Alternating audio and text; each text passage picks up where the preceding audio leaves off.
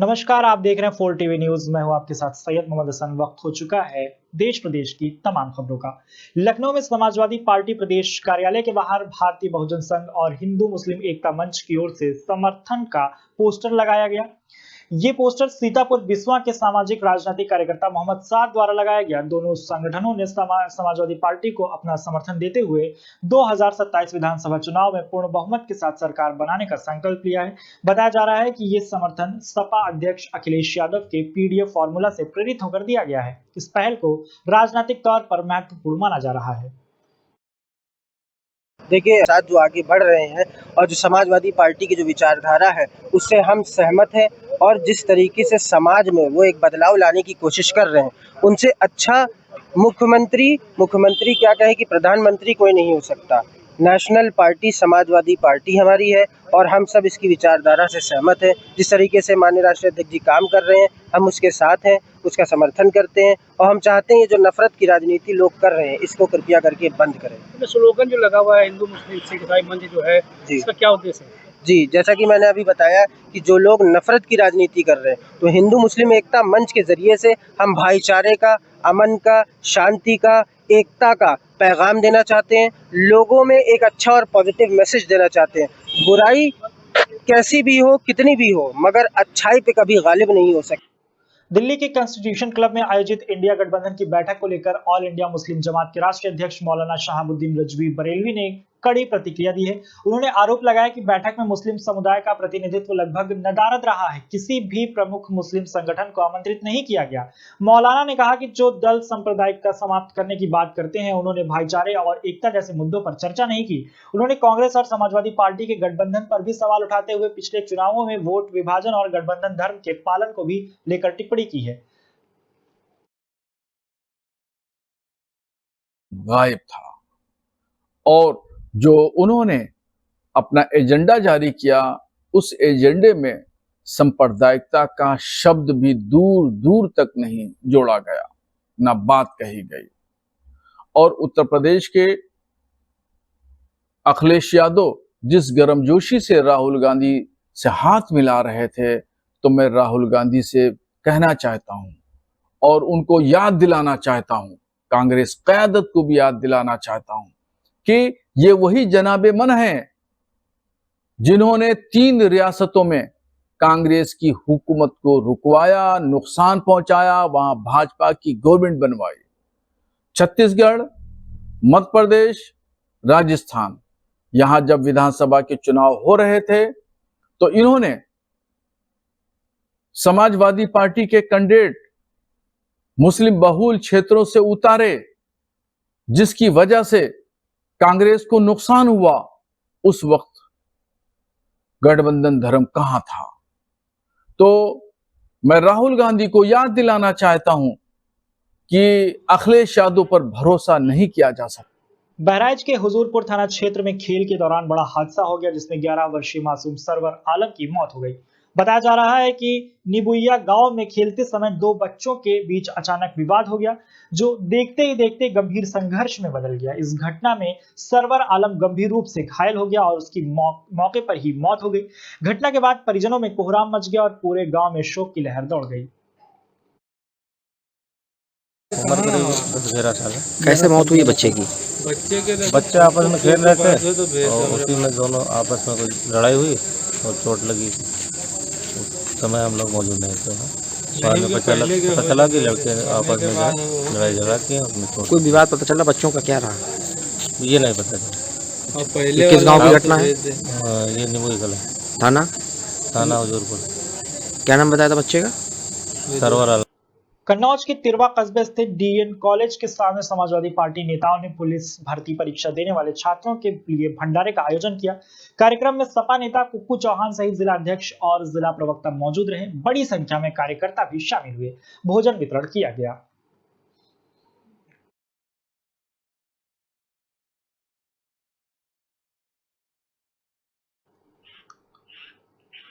मैनपुरी में स्थानीय मुद्दों, प्रशासनिक व्यवस्थाओं और राजनीतिक हलचल को लेकर विभिन्न संगठनों और राजनीतिक दलों ने प्रदर्शन किया।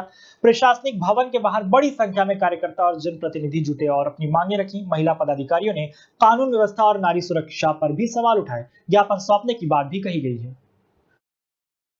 डीजल के दाम बढ़े, पेट्रोल डीजल के दाम बढ़ने से हर चीज पे प्रभाव उसका पड़ता है, रसोई पे प्रभाव पड़ता है और गैस सिलेंडर के दाम जो 1000 पार हो रहे हैं, जिससे कि हमारी महिलाएं बहुत परेशान हैं।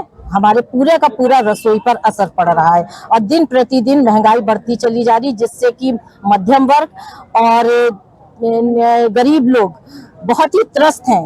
उनकी थाली से दाल तो पहले ही छिन गई थी, अब आलू रोटी तक उनकी थाली से छिन चुकी है। महंगाई बढ़ क्यों रही है? अब ये तो जो भाजपा सरकार है वो इस चीज को बताए कि क्यों बढ़ रही है। निरंतर वो बढ़ा रहे हैं, जबकि ऐसा नहीं है। हमने तो ये भी मांग रखी है कि अगर आप पेट्रोल और गैस जो बढ़ा रहे हैं उस पर सब्सिडी दें हमें, जिससे कि हमारे लोगों को उससे राहत पहुंचे। आपको मालूम होगा वैश्विक संकट चल रहा है, ऐसे में महंगाई की मार सारे विश्व में है, तो आपको लगता नहीं है कि ऐसे में आपको साथ देना चाहिए? देश की अर्थव्यवस्था को सुधारने में सबका योगदान होना चाहिए। आप एक चीज बताइए, ये हमेशा होता है, ऐसा नहीं। वैश्विक जो आपदा है वो हमेशा आती है, ये इस बार नहीं आई है और हमेशा ही ये चीजें रहती है, तो ऐसी तो मार नहीं पड़ी है कभी। अब वो किसी के लिए कुछ भी हो सकता है, लेकिन हम लोगों के लिए वो बहुत ही पवित्र स्थान है। हमारे पूरे प्रदेश के और देश के तमाम लोग वहां जाते थे और उन अस्थि कलश के दर्शन करके अपने आप को गौरवान्वित महसूस करते थे। अमरोहा के थाना राहरा क्षेत्र में नाबालिग से दुष्कर्म और SC/ST एक्ट सहित पॉक्सो एक्ट के तहत गंभीर मामले में पुलिस ने बड़ी कार्रवाई की है। नामजद आरोपी फरमान के अवैध निर्माण पर प्रशासन ने बुलडोजर चलाकर ध्वस्तीकरण किया। पुलिस ने गिरफ्तारी के लिए टीम गठित कर दबिश शुरू कर दी है।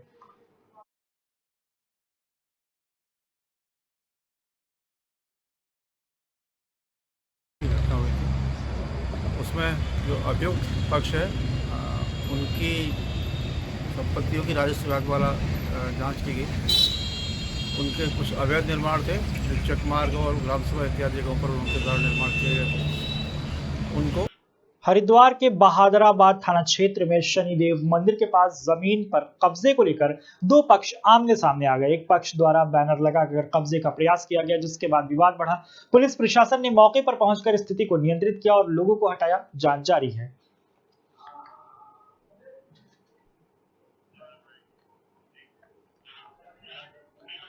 हरिद्वार के सराय ग्राम स्थित एक घर में पानी की टंकी के अंदर 27 सांप के बच्चे मिलने से हड़कंप मच गया। सूचना पर वन विभाग और स्नैक मैन तालिबा भोला मौके पर पहुंचे और सभी सांपों का सुरक्षित रेस्क्यू किया गया। सभी को सुरक्षित स्थान पर छोड़ा गया है।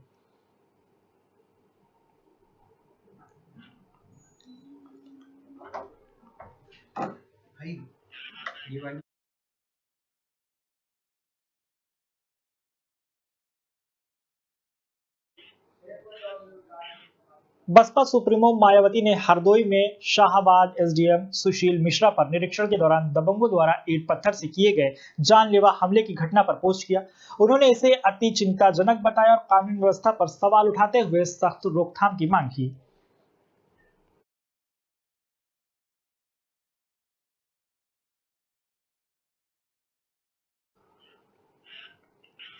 लखनऊ के PGI थाना क्षेत्र में एक शव मिलने से हड़कंप मच गया। मृतक की पहचान देशराज के रूप में हुई है। शुरुआती जांच में मामला नेचुरल डेथ का प्रतीत हो रहा है। पुलिस ने शव को कब्जे में लेकर पोस्टमार्टम के लिए भेज दिया है और जांच जारी है।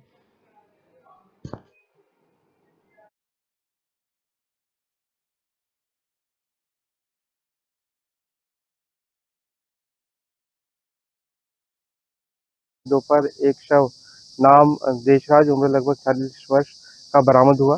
शव को पोस्टमार्टम हेतु भेज दिया गया है। प्रथम दृष्टया देखने से अननेचुरल डेथ प्रतीत होती है। परिवारजन के द्वारा तहरीर प्राप्त कर मुकदमा पंजीकृत।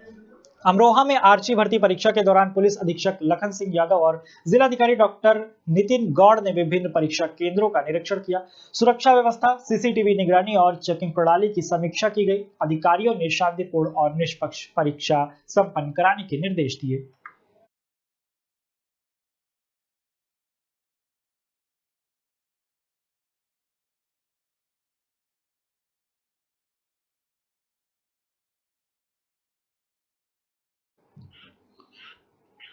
मैनपुरी में समाजवादी पार्टी ने लखनऊ विधानसभा सचिवालय के पास स्थित बाबा साहब डॉक्टर भीमराव अंबेडकर के ऐतिहासिक कार्यालय को खाली कराने के फैसले के खिलाफ प्रदर्शन किया। सपा नेताओं ने इसे अपमान बताते हुए जिलाधिकारी के माध्यम से राष्ट्रपति को ज्ञापन सौंपा और यथास्थिति बनाए रखने की मांग की है।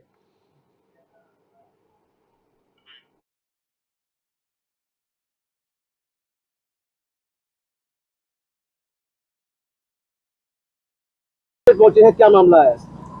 आज परम पूज्य बाबा साहब का एक ऑफिस विधानसभा सचिवालय लखनऊ के सामने बना हुआ है। वहां पर उनकी अस्थि कलश रखा हुआ है और बहुत पुराना वो ऑफिस है। वो जगह परम पूज्य बाबा साहब के नाम से दी गई थी। भारतीय जनता पार्टी उसको वहां से खाली कराना चाहती है।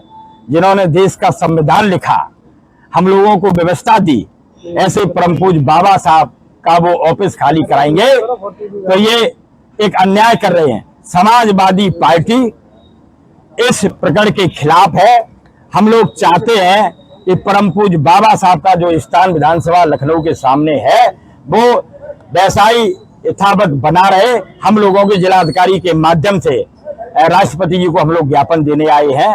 और बाबा साहब जैसे व्यक्ति जिन्होंने देश को संविधान दिया है, जीने का अधिकार दिया है, ऐसे परम पूज्य बाबा साहब का वो अपमान कर रहे हैं। समाजवादी पार्टी किसी कीमत पर परम पूज्य बाबा साहब का अपमान नहीं सहेगी और मांग करती है समाजवादी पार्टी, हमारे जनपद मैनपुरी के सभी साथी राष्ट्रपति जी से यथास्थित विधानसभा लखनऊ के सामने है वो वैसा ही यथावत बना रहे। हम लोगों के जिलाधिकारी के माध्यम से राष्ट्रपति जी को हम लोग ज्ञापन देने आए हैं। और बाबा साहब जैसे व्यक्ति जिन्होंने देश को संविधान दिया है, जीने का अधिकार दिया है, ऐसे परम पूज्य बाबा साहब का वो अपमान कर रहे हैं। समाजवादी पार्टी किसी कीमत पर परम पूज्य बाबा साहब का अपमान नहीं सहेगी और मांग करती है इसका संविधान लिखा, हम लोगों को व्यवस्था दी, ऐसे परम पूज्य बाबा साहब का वो ऑफिस खाली कराएंगे तो ये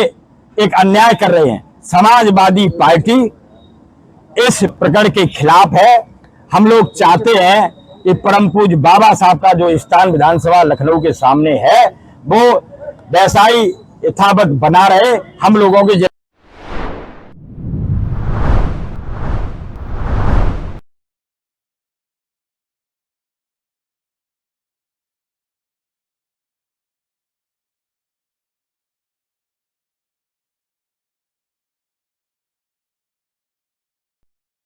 बिहार झारखंड की हर बड़ी खबर,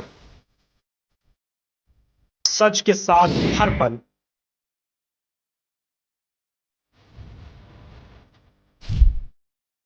जनता की आवाज, सत्ता से सवाल,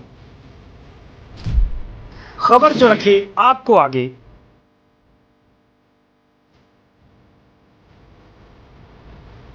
बिहार झारखंड का भरोसेमंद समाचार मंच।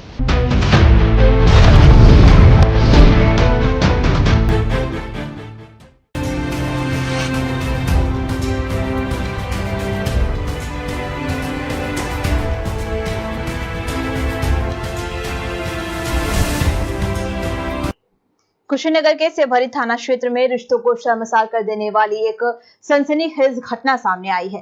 पिपरा घाट देवनारायण टोला में प्रेम संबंधों से नाराज पिता और दो भाइयों पर अपनी ही दो सगी बेटियों को पीट कर हत्या करने का आरोप लगा है। बताया जा रहा है कि दोनों बहनें गांव के ही दो युवकों से प्रेम करती थीं और पहले भी कई बार घर छोड़कर जा चुकी थी, जिससे परिवार में लंबे समय से तनाव बना हुआ था। वहीं जानकारी के मुताबिक 2 दिन पहले दोनों बहनें वापस घर लौटी, जिसके बाद कथित तौर पर पिता और भाइयों ने उन्हें कमरे में बंद कर बेरहमी से पीटा।